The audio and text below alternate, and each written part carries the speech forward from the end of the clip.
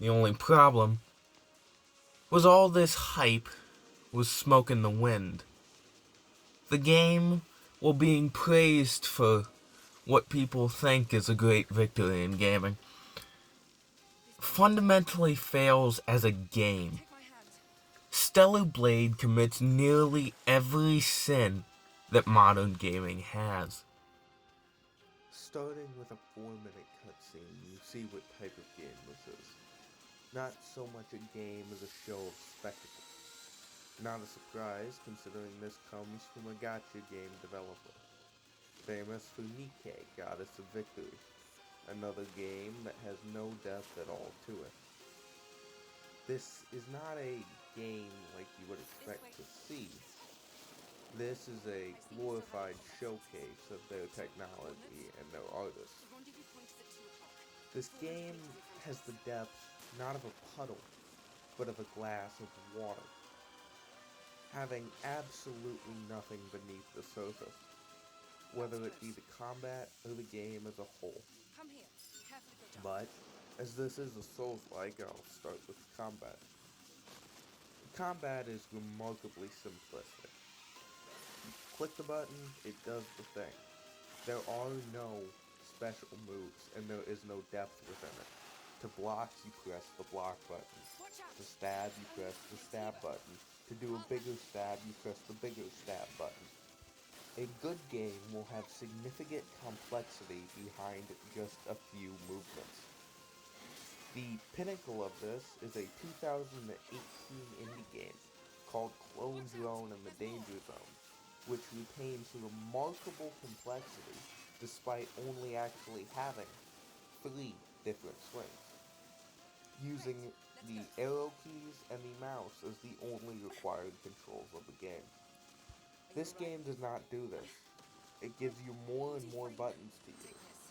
And this game seems to know that none of it works with each other, which is why they leave auto-aim on by default to such a comedic degree that it gets you constantly killed, forcing you to constantly be spamming the middle mouse button just to get out of combat, because it locks you in and traps you in a guaranteed death. Easier because you can actually play it. Other than that, you have the TAA issue. With this game, you can technically turn it off. But turning off temporal anti-aliasing in this game gives you a hideous dithering effect. They somehow saw themselves able to include a slider for the vignette and the chromatic aberration sliders, which chromatic aberration is on by default, and so is depth of field on high. Neither one of these should be on at all. They are fundamentally contradictory to the medium. Depth of field should only be used in cutscenes, and I can go on about how cutscenes shouldn't even be a part of video games, because they are also fundamentally contradictory to the medium in a way that no other thing can be, considering video games are an interactive medium. This dithering effect is absolutely hideous. And instead of just, giving another option, like MSAA, or in UE4 it's r.msaa quality equals 8, which if you use Unreal Engine Unlocker and put that in, you get MSAA. You can do that with FXAA. You can do that, hell, if you want, with TXAA. But they didn't because, fuck you. And this dithering is hideous. I don't like it. But it's far better than the TAA because you can actually see. Everything looks like a jumbled mess with it on. And what I also tried to do was using a upscaler, setting my native resolution to 4K, upscaling from 1440p to 4K, and this still had the blur effect due to DLSS's temporal nature. The only upscaler without a temporal nature is FSR1, and that had many of its own problems. I would have liked to see how the technology could have evolved from that, but AMD completely abandoned it. Because that would have been a very interesting way to view a graphics pipeline. Perhaps even being able to implement some form of anti-aliasing within their upscaler to provide furthermore motion clarity and clarity as a whole. But this was not done. Instead, AMD and Intel both copied NVIDIA. AMD copies NVIDIA, takes $50 off the price, and wonders why they lose market share. It's a tale as old as 2006. So, we can get past that. You go through, you fight the guy, you get everything in that tower level. But before that, when you get there, there's a gate. This gate has a code. Now, if you veer to the left, there's a guy there, you investigate the body. So, there's a guy, there's a gate. Now, anyone who's ever played a game made before 2006 knows you search the guy, maybe there's a room or something beside it, maybe there's somewhere where they have something you can find. And then you find that, you get a piece of paper or something, and it shows you the code, and you put the code into the gate. You did it. You can do it. Congratulations. No. You literally just press the H button and it gives you it. They call this a hint. It's on standard by default. What kind of a fucking hint is this? This isn't a hint. That's just telling me the answer. If I do a math test and they ask me, what's 13 times 13? And then I ask the teacher for a hint. And the teacher writes in light pencil 169.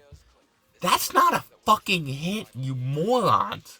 I don't know if you Koreans are so dense that you don't understand what these words mean, if you don't have a functional translator or thesaurus to translate it into English, but they must not. Because these fucking idiots think a hint is just telling you what something is. The whole game is like this. There is no sense of accomplishment. As much as people like to rag on things like 90s shooters for being simplistic and not having a whole lot of complexity to them, it's infinitely more complex than this lowest common denominator slop. This is insane. And once you get past that, if you go through, it's just an invisible wall. So anytime you get there, it puts invisible walls around you in a combat arena and says, you stay, this is my video game. Now stay. And then when you get past, for example, this fight, after you get through, well, for one, I'm going to take a detour here. There are explosive barrels in a Souls-like. Why? Why? Explosive barrels were a concept that came from the original shoot-em-ups of the arcade and came into 3D through Doom. Shooter game's fine, it makes sense, it's played out, but it makes sense, that's fine. Why do you need it in a sword game? Why do you need it in a hack and slash? Sorry, well, Souls-like's a type of hack and slash, I don't care. You can't argue with me on that, I'm right. But why do you need it in a hack and slash? Why do you need it in the Souls-like? Apparently you do, because this is just every modern video game problem in one game that everyone likes to pretend is a masterpiece. So you get through, you fight the guy, you get away from the invisible wall.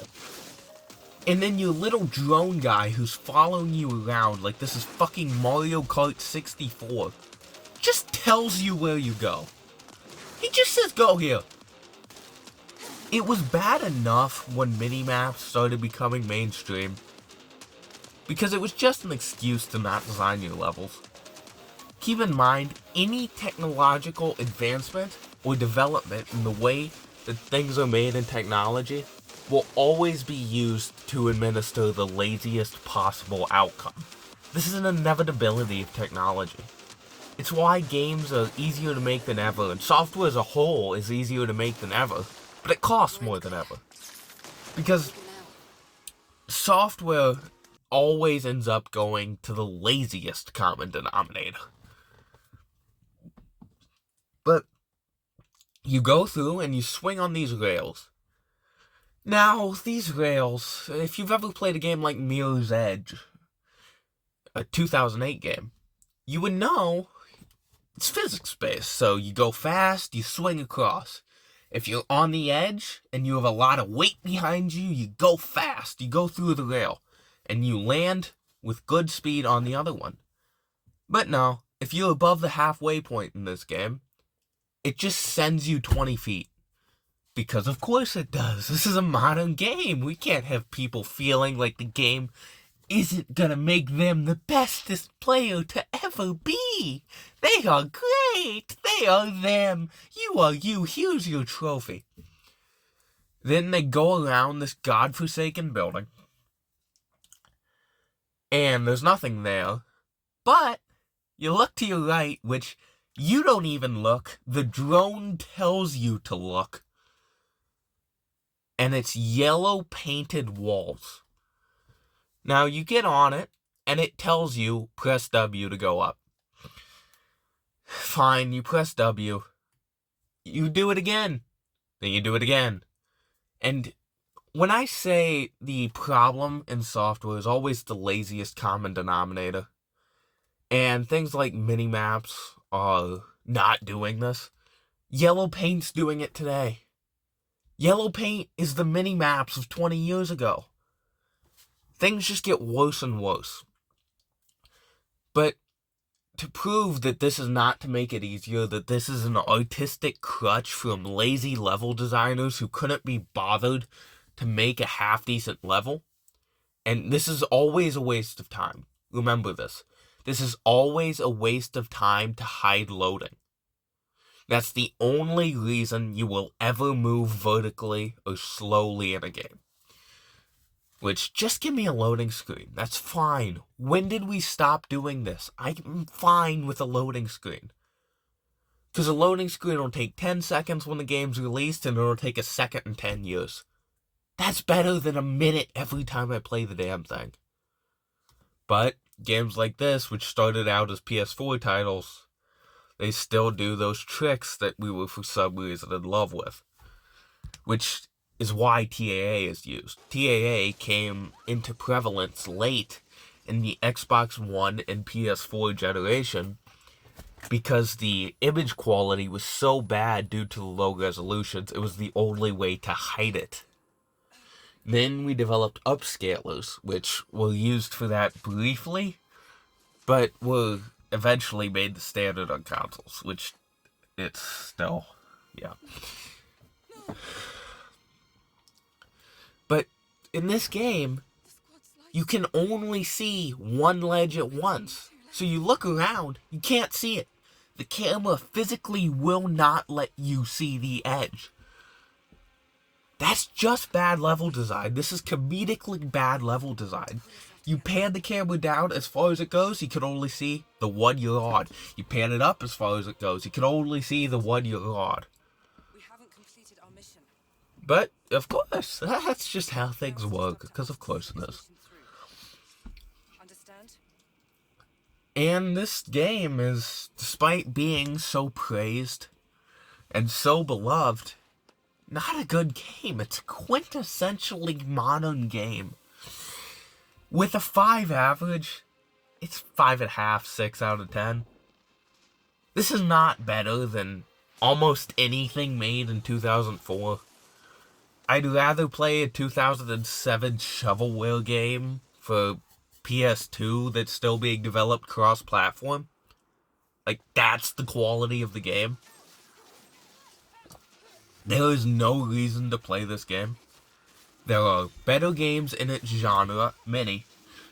And if this is a 5.5 out of 10 with 5 average, there are 6 out of 10 games you haven't played. There are 7 out of 10 games you've never played. There are 8 out of 10 games you've never played. There are 9 out of 10 games you've never played. There are 10 out of 10 games you've never played. This just isn't worth playing. So why would you play it? Why would you waste $60 on this? Even if you're a massive Souls-like fan. There are better Souls-likes. There are better hack and slash games.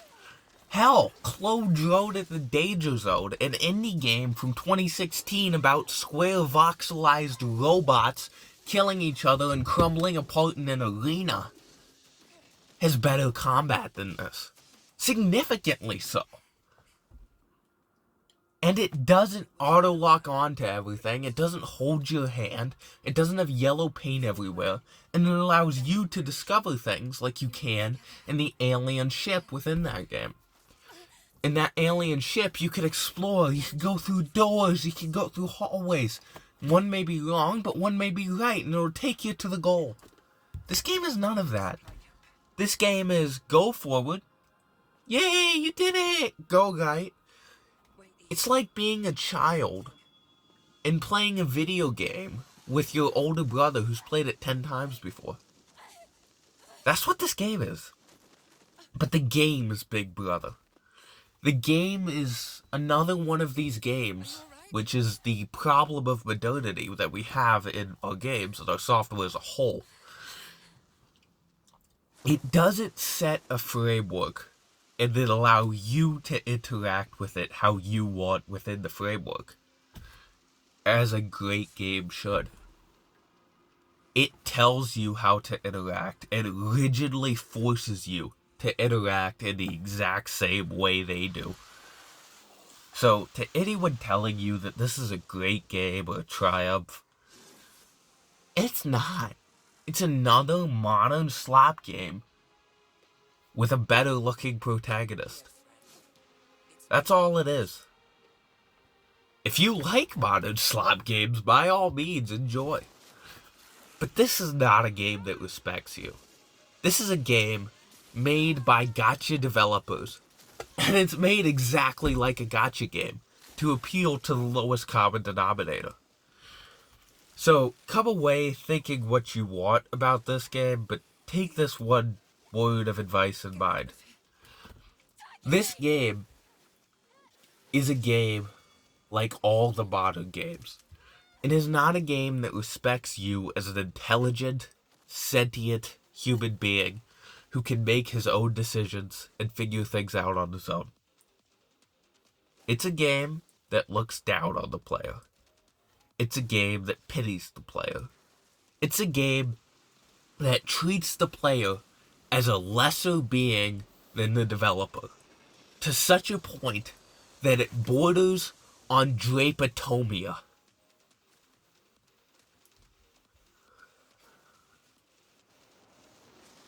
This game is not a good game. And it's one of the most insulting pieces of media that I have ever seen in my life, considering how shilled it was. Normally with these games, I could look at it and say, of course all the big YouTubers are shilling it. But this game was different because of how it was hailed. It was hailed as a return to classic gaming, as a rejection of everything that AAA stood for. And the reality is, it never was that. It's just another generic, hyperlinear game with a slightly better looking protagonist. No, get ready. I'll be supporting with the drone.